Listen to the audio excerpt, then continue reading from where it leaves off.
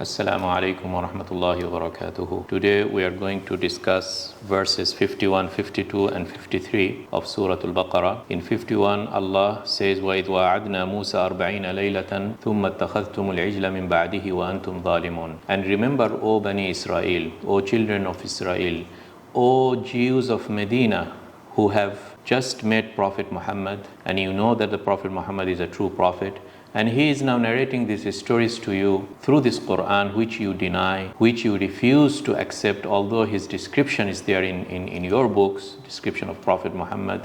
So Allah is reminding the Bani Israel, وَإِذْ وَإِذْ وَإِذْ. We have seen this structure before. So again here, Allah is saying that, and remember, O Jews of Medina, that when we appointed 40 nights for Musa, وَعَدْنَا مُوسَى 40 لَيْلَةً, 40 nights. ثُمَّ اتَّخَذْتُمُ الْعِجْلَ مِنْ بَعْدِهِ. Then you worship the calf in his absence. وَأَنْتُمْ ظَالِمُونَ. And you are acting wrongfully. So they just have seen in front of them this miraculous way how Allah saved them from their greatest enemy. And saving a person, a nation from their enemy is considered to be one of the greatest bounties and favor. Because the enemies means they will gonna come and massacre you. You have been under their persecution for ages. Have you forgotten that? So this should have been met with gratefulness, not with shirk, which they did. And Musa has left them to meet with Allah subhanahu wa ta'ala for these 30 nights, and then Allah completed by 10, so it became 40 nights, which Allah subhanahu wa ta'ala has mentioned in another location in more detailed narration in Surah Al-A'raf verses 142. وَوَعَدْنَا مُوسَى 30 لَيْلَةً وَأَتْمَمْنَاهَا بِعَشْرٍ فَتَمَّ مِيقَاتُ رَبِّهِ 40 لَيْلَةً. Initially it was 30 nights, and then it was completed by 40 nights. So during this period, Musa left Bani Israel with another prophet, his elder brother Aaron, and he left to meet Allah subhanahu wa ta'ala and bring the Torah. And what does Torah means? This is narration from Allah subhanahu wa ta'ala, the wahi of Allah. So look at the context, look at the situation. It's an amazing situation. They just have came out of seeing this miraculous favor of Allah subhanahu wa ta'ala, saving them from Bani Israel. And then they are now being promised a book from Allah subhanahu wa ta'ala. And Musa is going to Allah subhanahu wa ta'ala and getting this book. So all this atmosphere, all this environment, it's a conducive environment to stay pious on the path. But what did they do? They started to worship, make this Samiri, which we'll encounter later on, who has brought to them, made out of gold, left over by Pharaoh, made a calf or a heifer or a calf, let's say, ijl, and brainwashed them, this Samiri, saying that this is your Lord, this is your Lord. How can a human being, a sane human being in his healthy, rightful mind accept this kind of argument or this kind of brainwashing? But no, they were very much materialistic. They saw this glittering gold and immediately attached to it. So they have this quality of attaching to the material life and its ornaments and the gold and glitterings and the shallow brainwashing and manipulation, and forgot that Musa has just went to bring a book from Allah subhanahu wa ta'ala. So this is a great reminder to the Jews of Medina that don't attach to the worldly benefit that you are getting in Medina from others, Gentiles, and don't do that to refuse the message of Prophet Muhammad sallallahu alaihi wasallam. وَإِذْ وَعَدْنَا مُوسَى 40 لَيْلَةً ثُمَّ اتَّخَذْتُمُ الْعِجْلَ. You have taken the ijl, and the ijl and the calf, and this whole surah is called heifer. This is something really very amazing. One requires or needs to spend really more time on it, because it symbolizes some kind of material benefit, some kinds of attachment to a wrong God, some kinds of redemption by a wrong way. All kinds of symbolism lies in this ijl. And ijl has been the symbol of making the sacrifice. And sometimes these sacrifices are made to other than the true God, true Allah subhanahu wa ta'ala. So nowadays, I could say one of the biggest symbol of not the cow or the calf, but the bull itself. This is the Wall Street's bull, and it symbolizes the material and the money that the Wall Street promotes, and that is the symbol of capitalism as well. So وَإِذْ وَعَدْنَا مُوسَى 40 لَيْلَةً, there is a promise. There is a promise of Allah subhanahu wa ta'ala to Musa, and this promise would take 40 layla for this Torah to be revealed to Prophet Musa alayhi salam. And as opposed to the Quran, which was revealed over 23 years, وَنَزَّلْنَاهُ تَنزِيلًا, Quran came in small chunks over 23 years. However, Torah and Injil, it was unzil. Quran is nazzal in Arabic, and other books are unzil. Unzil means in one night. But the Quran is وَنَزَّلْنَاهُ وَقُرْآنًا فَرَقْنَاهُ لِتَقْرَأَهُ عَلَى النَّاسِ عَلَى مُكْثٍ وَنَزَّلْنَاهُ تَنزِيلًا. So that's one of the differences here. So it was just 40 nights, the whole Torah was there. But for Quran, 23 years it took. So the Bani Israel, Allah described them that this is the apex of dhulm. Because in Arabic, when you want to describe dhulm, what is dhulm?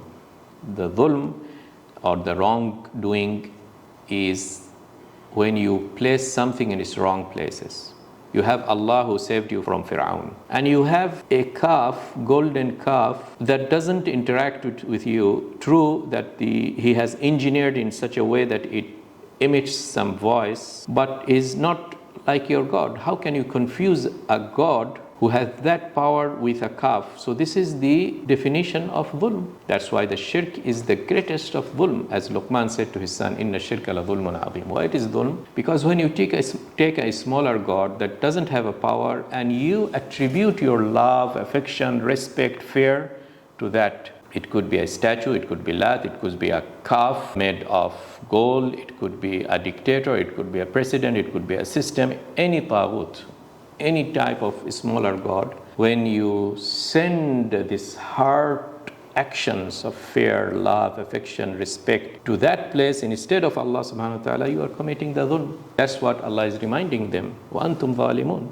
But the favor of Allah subhanahu wa ta'ala continues. Favor of Allah continues to Bani Israel, that Allah is giving them chances after chances after chances. ثُمَّ عَفَوْنَا عَنْكُمْ مِنْ بَعْدِ ذَلِكَ. It is in verse 52. And even after that, I have forgiven you. عَفَوْنَا عَنْكُمْ مِنْ بَعْدِ ذَلِكَ. After you committed the greatest sin, which is the shirk, still Allah is merciful when a person makes tawbah. And we'll come to know what is the form of their tawbah. Our tawbah means the tawbah of the ummah of Prophet Muhammad is much easier than their tawbah was. But nevertheless, Allah has given them a mechanism to expiate their sins. That's why Allah said, ثُمَّ عَفَوْنَا عَنْكُمْ مِنْ بَعْدِ ذَلِكَ. So Allah is very merciful. As long as a person is not dead, he still has life, the doors of tawbah is wide open. ثُمَّ عَفَوْنَا عَنْكُمْ مِنْ بَعْدِ ذَلِكَ. And Allah subhanahu wa ta'ala is giving the reason, لَعَلَّكُمْ تَشْكُرُونَ, so that you will be grateful to Allah subhanahu wa ta'ala. So this part we often miss a lot. We observe the bounties of Allah. We observe that things could have been worse, but Allah has given us a second chance. We were about to die in an accident. We are about to go wrongfully, but it didn't happen. So it requires two things. One is to attribute it to Allah, that it's Allah who has favored me, given me the second chance.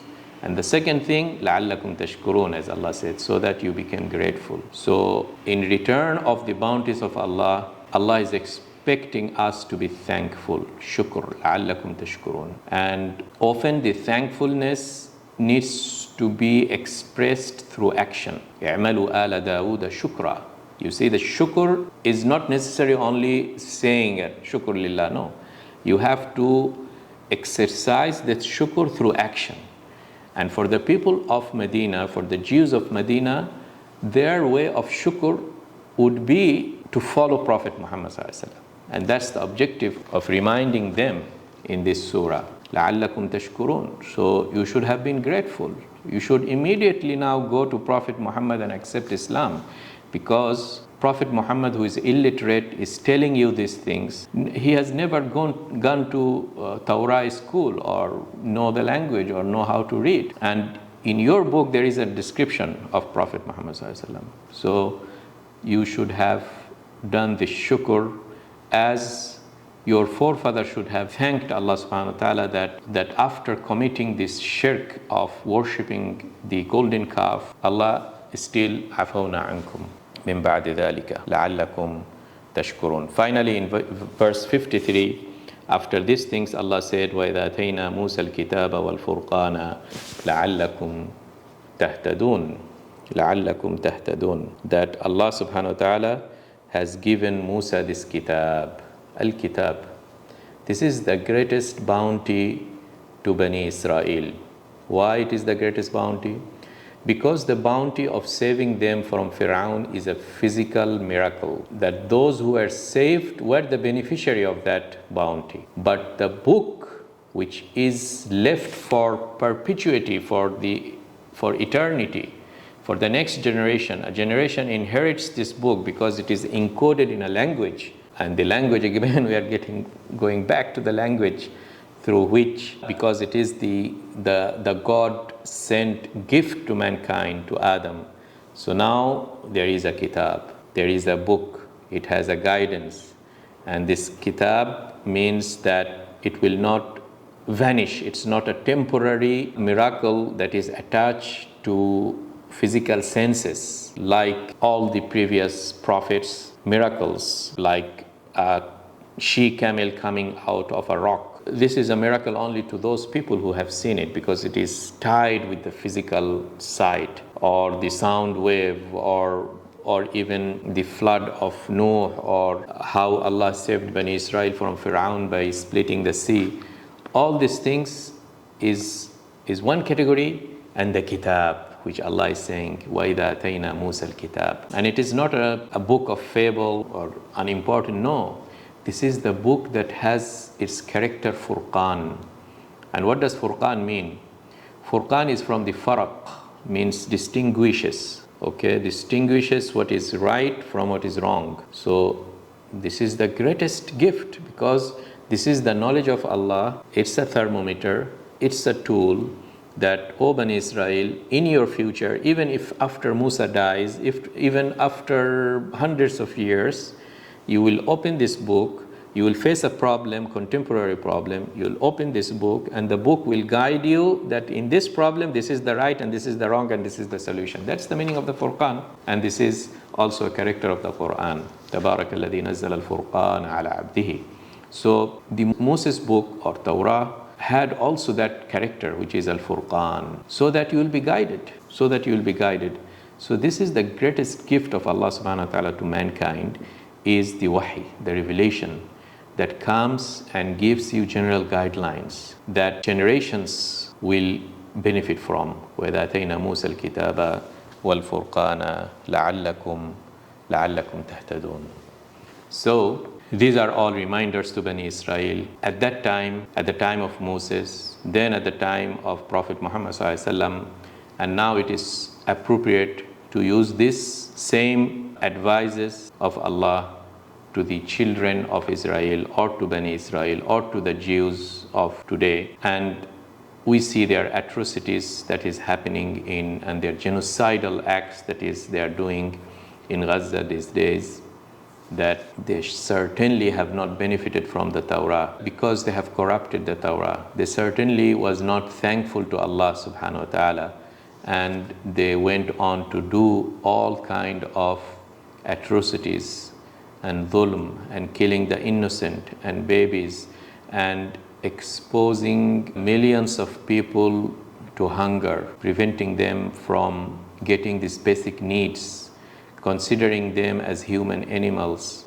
Just a few days back, UNRWA declared that place, go to that place, it's an assembly place to get the food and aid. So when the people were assembled, Israel came and threw missiles, and there was more than 20 persons just died instantly, and 150 or more were wounded. What kind of justice is this? Haven't they forgotten all the bounties of Allah, all the chances that Allah gave them, all the bounties? So I think these verses should be a reminder to Israel if they wanted to be reminded. But unfortunately, one after the other, the signs comes, but still they refuse. So what remains is a punishment from Allah subhanahu wa ta'ala. May Allah protect us. Wassalamu alaikum wa rahmatullahi wa barakatuhu.